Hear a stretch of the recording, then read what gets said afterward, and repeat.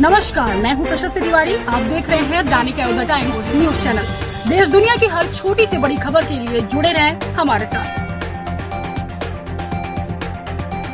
को जानना जरूरी है क्योंकि जब देवासुर संग्राम होता है तो हमारे देवता जो मारे जाते हैं वो फिर जिंदा नहीं हो पाते, लेकिन जो असुर मारे जाते हैं वे फिर से फिर जिंदा हो जाते हैं उसी मंत्र के बल।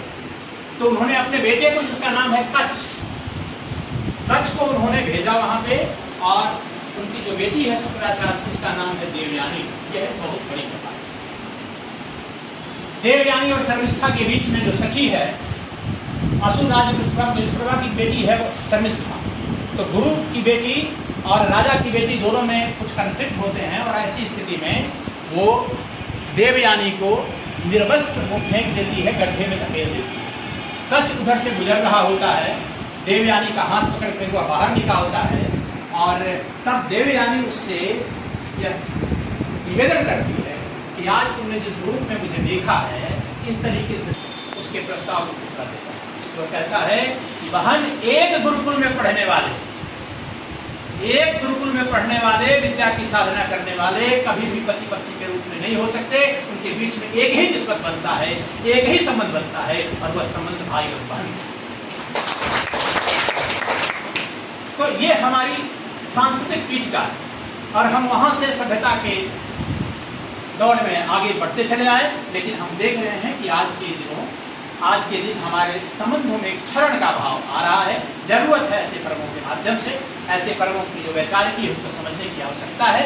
और जिस तरीके से ये एक याद दिलाने की बात होती है, ये कलाई पर ही बांधी जाती है। रक्षाबंधन कहाँ बांधा जाता है? पैर में, माथे पे, कलाई पे। क्यों?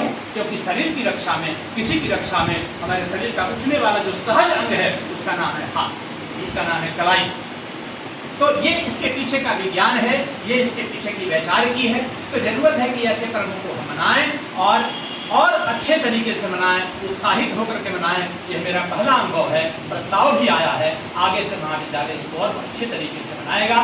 तो हम इन्हीं बातों के साथ कि आप इस पर्व के मर्म को समझें, और भाई बहन के बीच में एक जो कह लीजिए कि एक केओटिक जो वर्ल्ड ग्रो कर रहा है ना, उससे हम अपने आप को बचाएं, खास करके फेमिनिज्म के जमाने में, जबकि आप अपने आप को अब रक्षा के लिए अपने आप को आप आगे ला रही हो।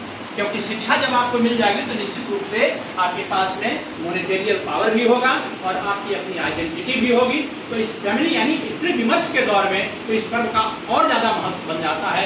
कोशिश करें कि आज भारत संपूर्ण विश्व में एक साहसी नेतृत्व के हाथों दिन दूनी रात चौगुनी आगे बढ़ने की कोशिश कर रहा है, और दूसरी ओर कुछ ताकतें वैश्विक स्तर पर ऐसी हैं जो हमारे परिवार के ताना बाना को तोड़ने के लिए दिन रात वो प्रयास कर रहे हैं। यह भी एक ढंग का सूक्ष्म आतंकवाद है, एक ढंग का सांस्कृतिक आतंकवाद है।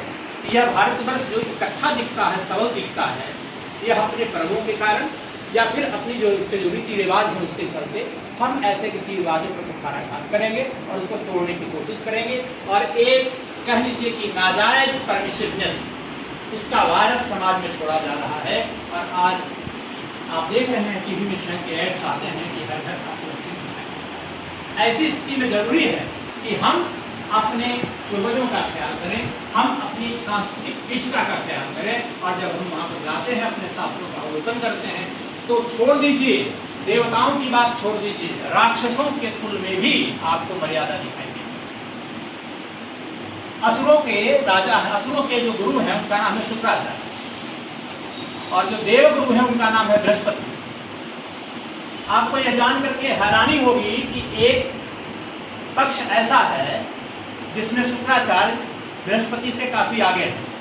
जैसे बृहस्पति किसी मरे हुए व्यक्ति को जिंदा नहीं कर सकते, मृत संजीवनी विद्या का उनको ज्ञान नहीं है।